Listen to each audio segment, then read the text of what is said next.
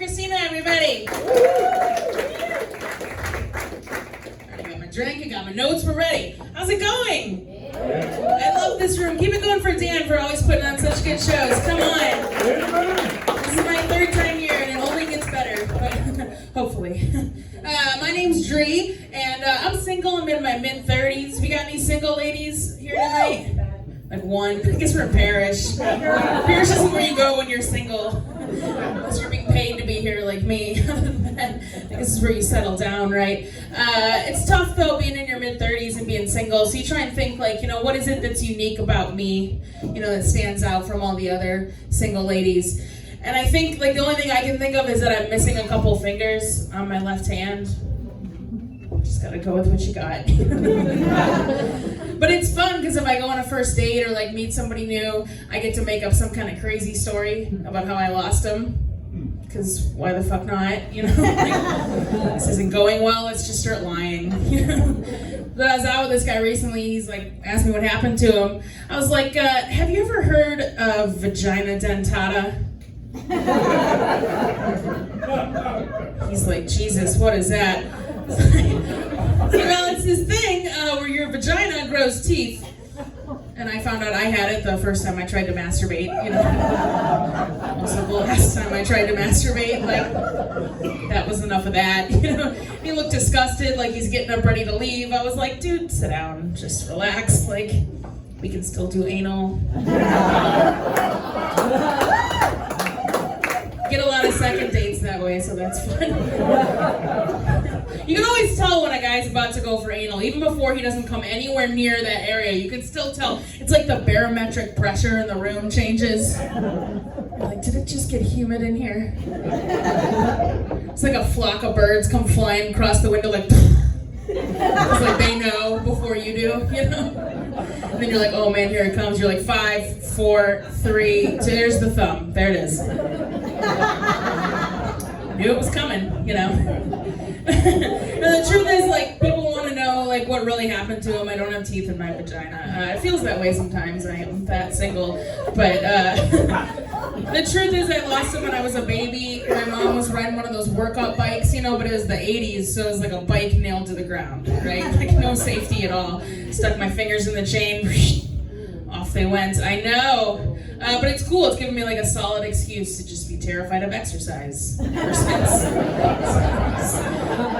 Look at the positives, right? I'm from the Midwest. We got anybody originally from the Midwest in here? A lot. Anyone close that I can see? Someone tell me where they're from. Where are you from, ma'am? Wisconsin! That's where I'm from! Yeah!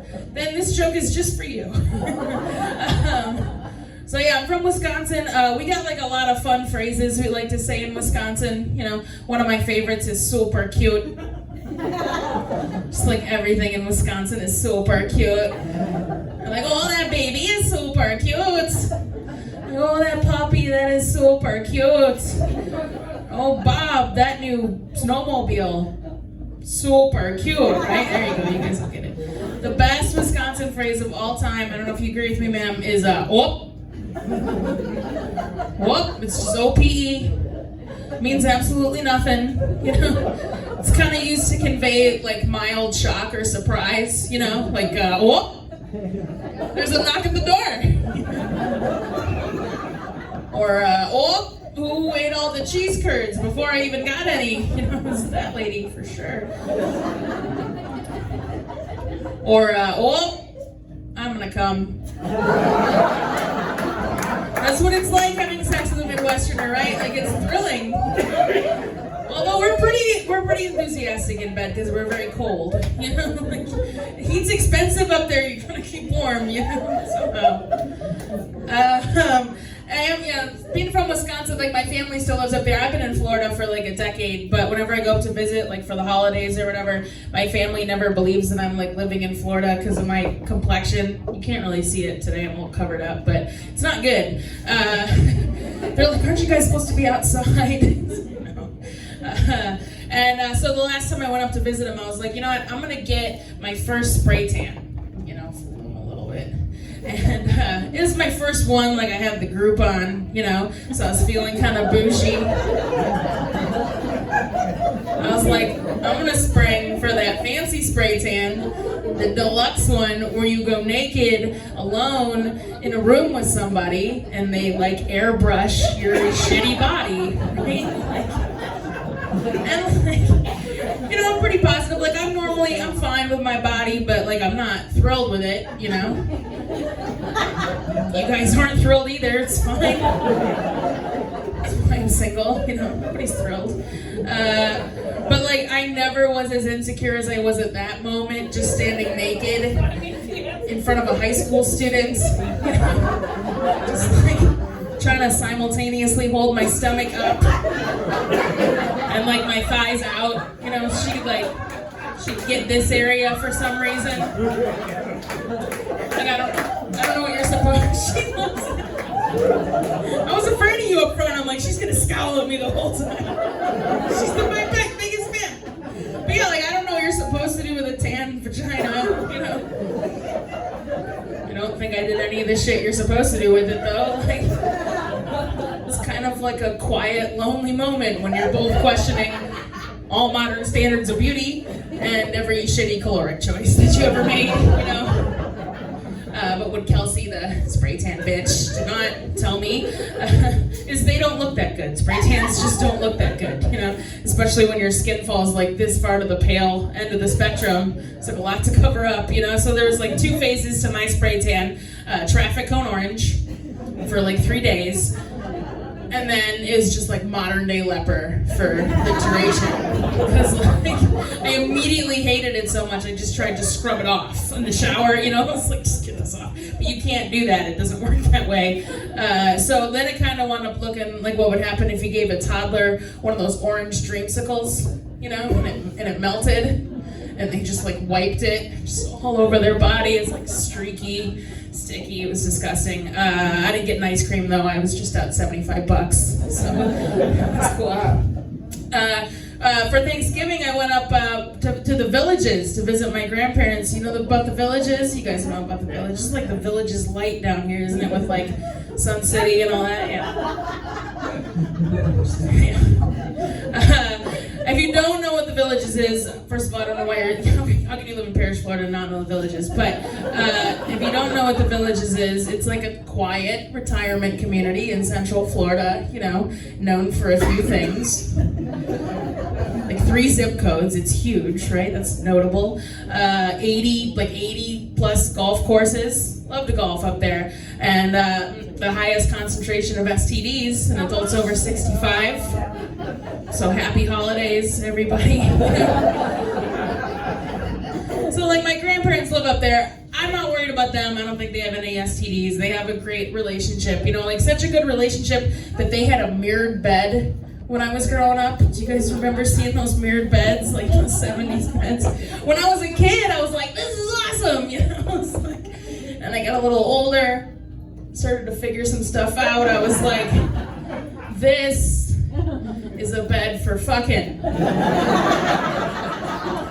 And that's gross, you know? That's really gross.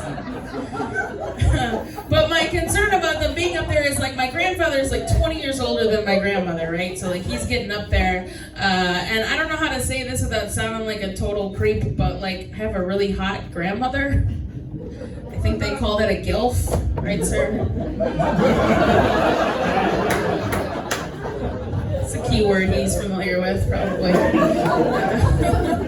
So I'm starting to get this impression that all these like STD-laden old men are trying to get rid of my grandfather, like permanently, you know, so they can take my grandma out on a date. Because they've got 2 things in the Villages, right? They've got Viagra and they've got time. Not a lot of time though, you know, so there's like some urgency there, you know? So I'm like noticing all these weird things that happen, like he's so allergic to grapefruit juice, and like they keep sneaking splashes of it into his martinis at cocktail parties, you know, which is kind of rude. Like his life alert keeps going missing. Somebody took his life alert. We're out to dinner up there and like he stumbles or something, like all the old men hold their breath. Like, come on, break a hip, you know? Or if there's like, you see an ambulance come through their neighborhood, there's always like a caravan of old guys on golf carts, like following the ambulance around, you know, splash out a little Old Spice, you know, just in case. Like half the villages have RSVP'd for his funeral, and he's fine. Like, there's nothing wrong with him. He's just old. I feel like when he does pass away, though, it's gonna be like the geriatric bachelorette up in there. Like, Christine, we're so sorry for your loss. Will you accept this rose? You know? I didn't get as lucky in love as my grandparents. I'm divorced, actually. Who's been divorced? Come on, admit it. Oh my God, statistically you're in here. Give me a freaking break. Thank you. None of you made it all this time without getting divorced. I don't believe you. I know I look a little too young to be married and divorced, but I got married really young. I was 23 and he was 37. So that didn't work out, you know, for like all the reasons you can imagine. And it was kind of like I married a ham sandwich of a human being. Like just whatever that means to you, like that's it. Probably accurate, right? Like, no, like literally this guy ate the same ham sandwich every day for the 7 years of our marriage. Like no mayo, no nothing good, just like limp bread and ham. You know, every day. Like, you want something different? He's like, no, just want this. And I feel like if you're not... what kind of a partner is that? You know what I mean? Like, if you're not even willing to mix up your lunch meat, like... He was bad in bed, that's what I'm saying. He was bad in bed. But for the whole marriage, you know, I was in my 20s, right? So that was cool. But then, like, he was in his 30s, and then he was in his 40s. So, like, I grew up, but he got old. All the 40-plus buttholes tightened on that. They were like, excuse me. 40, I would die to be 40, okay. I'm almost there now, so it's okay.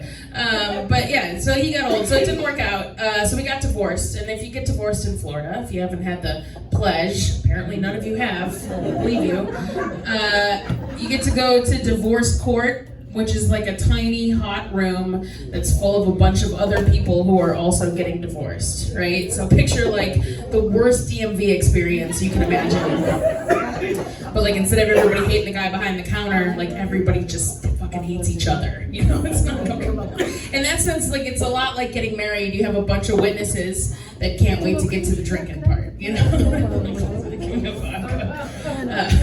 And then when you get divorced in Florida, you have to go up in front of everybody in court and you have to say this thing. You have to say, I testify that this marriage is irretrievably broken. I know, right? Like, what a thing to say. It doesn't even make any sense. Like, it's irretrievable. So who cares if it's broken? Right?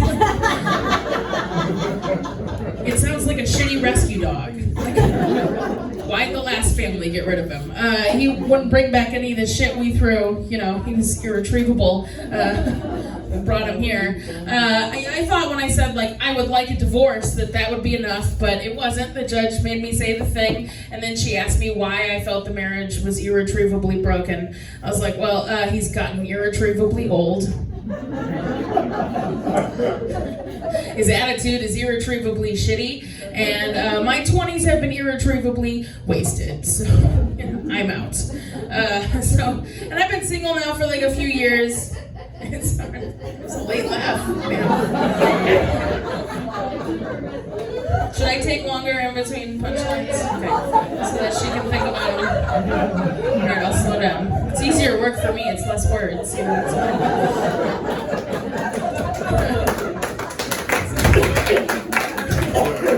you're clapping for her, not for me. You got the joke, good job. See, when you get married really young, like you don't get to do all the 20s mistake making that normal 20-something girls do, you know, so like with dating. So now I'm like making all those mistakes now in my 30s. So that's fun. And I was dating this real piece of work for a while. And I was on a flight. I was flying back home to go to a funeral. He wasn't with me. I'm by myself, but I'm flying back home. I'm like bummed out, you know, I'm going to a funeral, it sucks. And I was like, you know, let me pay for the Wi-Fi on the flight, maybe text this guy, like get some boy-friendly support, you know, so I paid for the Wi-Fi. And this gentleman sent me a photograph of his penis to cheer me up. She's like, that happens? Yes, all the time. Not when you've asked for it, usually. Like, so now I've paid $8.95, for a dick pic that I now have to shield from the 80-year-old woman that's like right here, that like definitely already saw it. Like, I went to the bathroom to take a better look at it, right? Like, got wasted at that point. It's a long flight, And I don't know if you guys know this. There's this trick if you are messaging iPhone to iPhone, right? There's a timestamp on when a photograph was originally taken. 2014. Like, this motherfucker didn't even like me enough to send me a fresh one. Like, I get women do that, like we'll be getting over the flu or something, we're feeling very thin, we're like, here we go, like, new to the decade, this is gonna hold me for a while. But like, with a man, like, does it change? Like, I don't understand, is this, are you looking down on it one day and you're like, this moment, I have to capture, What's the Kelly Blue Book value on that dick pic at this point? 2014, maybe scrap that for parts. All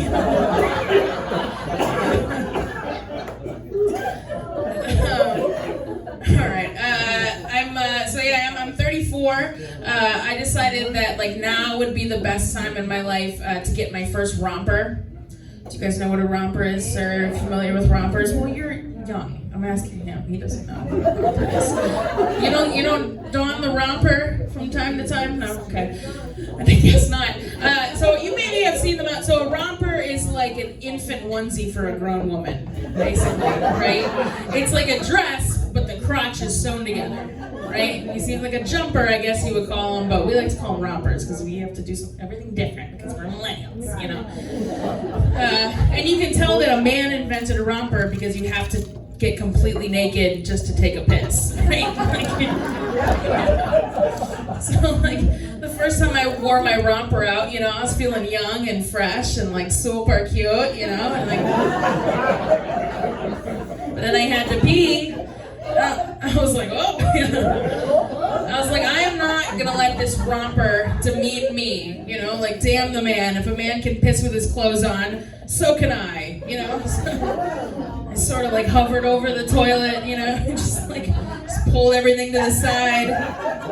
You done this? Yeah, I was like, I got this. Just pissed all over my leg. She's peed on her leg a few times, I can tell. She's very I am single, if you can reiterate that if anyone's interested. I don't care how old you are, I have a lot of student loans, so it's fine. The older the better at this point. I'll leave you guys with this and I'll get out of here. We're going to bring up your incredible headliner. Because I am single, I get a lot of massages. Like, legitimate massages, because I miss being touched. So I went to this new place recently. They made me sign this thing that said that I would not make any sexual advances towards the massage therapist.